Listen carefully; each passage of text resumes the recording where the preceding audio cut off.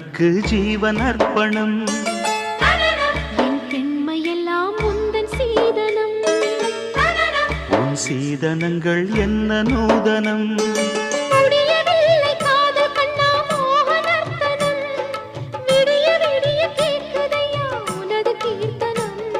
சொர்க்கம் தாண்டி செல்லும் அம்மா எனது சொப்பனம்.